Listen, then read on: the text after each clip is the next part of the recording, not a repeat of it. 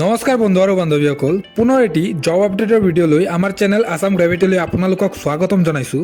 তো বন্ধুসকল, থাম্বনেল চাই ইতিমধ্যে আপোনালোকে গমে পাইছে দুটা বিভাগত মুকলি হোৱা মুঠ 589টা পদ যিসকলে আবেদন কৰিব বুলি ভাবিছে তেওঁলোকে ভিডিঅ'টো সম্পূৰ্ণলৈকে চাব। তো গোটেইখিনি তথ্য আজিৰ এই ভিডিঅ'টোত আপোনালোকক শ্বেয়াৰ কৰিম।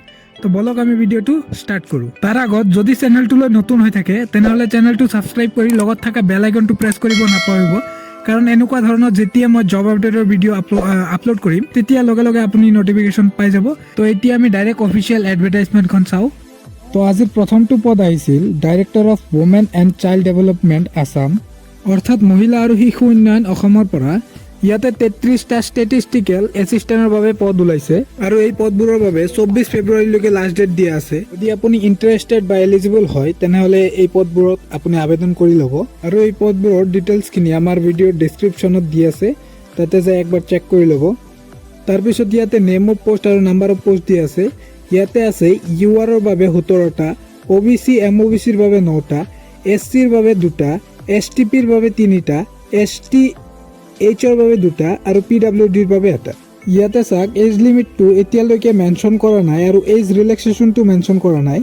তাৰপিছত এইটো মেনশ্যন কৰিছে যে আপুনি চিটিজেনশ্বিপটো ইণ্ডিয়া হ'ব লাগিব, আপুনি ইণ্ডিয়ান হ'ব লাগিব, তেনেহ'লে এই পদবোৰত আপুনি আবেদন কৰিব পাৰিব।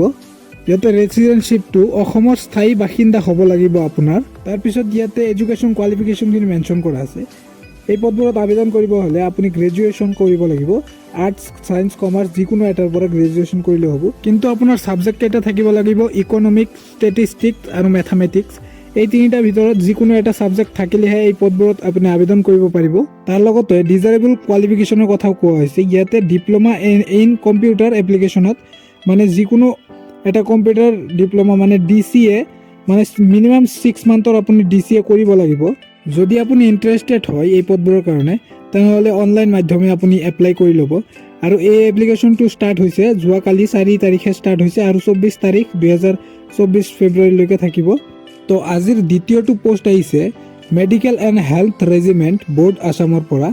ইয়াতে লাষ্ট ডেটটো মেনশ্যন কৰা আছে 23/2/2024লৈকে, মানে ফেব্ৰুৱাৰী 23 তাৰিখলৈকে আপুনি আবেদন কৰিব পাৰিব। কিন্তু ইয়াতে অকণমান কোৱালিফিকেশ্যনখিনি হায়াৰ বিচৰা হৈছে। যদি আপুনি ইণ্টাৰেষ্টেড হয় তেনেহ'লে ভিডিঅ'টো চাই থাকক। ইয়াতে মুঠ ভেকেঞ্চি আছে 526টা। ইয়াতে ৰেজিষ্টাৰ আৰু ডেমনষ্ট্ৰেশ্যনৰ পদ মুকলি কৰা হৈছে আৰু এই পদবোৰত এপ্লাই কৰিব হ'লে আপুনি অনলাইন মাধ্যমে কৰিব পাৰে।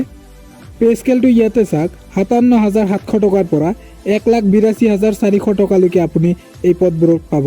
এজ লিমিটখন ইয়াতে দিয়া আছে। এজ লিমিটটো আপোনাৰ 21 বছৰৰ পৰা মেক্সিমাম 45 বছৰলৈকে আপুনি আবেদন কৰিব পাৰে। লগতে এজ ৰিলেক্সেশ্যনো পাব। ইয়াত PWDৰ বাবে 10 বছৰ অতিৰিক্ত পাব আবেদন কৰিবলৈ বাবে। অকল ইয়াতে PWDৰ কথাই কোৱা হৈছে। ইয়াতে এডুকেশ্যন কোৱালিফিকেশ্যনখিনি কথা কোৱা হৈছে। Post graduation qualification MD, MS, DNB ইত্যাদিত আপুনি গ্ৰেজুৱেশ্যন কৰিব লাগিব। তাৰপিছত ইয়াতে ছাবজেক্ট কেইটাৰ কথাও উল্লেখ কৰা হৈছে। এনেস্থলজি, ডাৰ্মেটলজি, ENT, ইমাৰ্জেঞ্চি মেডিচিন, এনেকুৱা ধৰণৰ যিকোনো এটাত আপুনি কৰিব লাগিব, তেনেহ'লে আপুনি এপ্লাই কৰিব পাৰিব। আৰু এপ্লাইৰ ফিজটো ইয়াতে দিয়া আছে।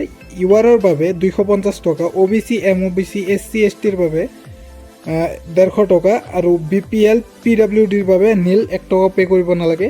যদি আপুনি এই পদবোৰৰ বাবে ইণ্টাৰেষ্টেড হয় তেনেহ'লে সোনকালে আপুনি আবেদন কৰি ল'ব, কাৰণ 24 তাৰিখলৈকে এইটোৰ সময়সীমা লাষ্ট থাকিব।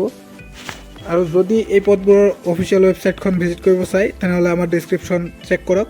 তো আজিৰ কাৰণে এইখিনিয়ে। লগ কৰি আছোঁ নতুন এটা জব আপডেটৰ ভিডিঅ' লৈ। তেতিয়ালৈকে বাই বাই।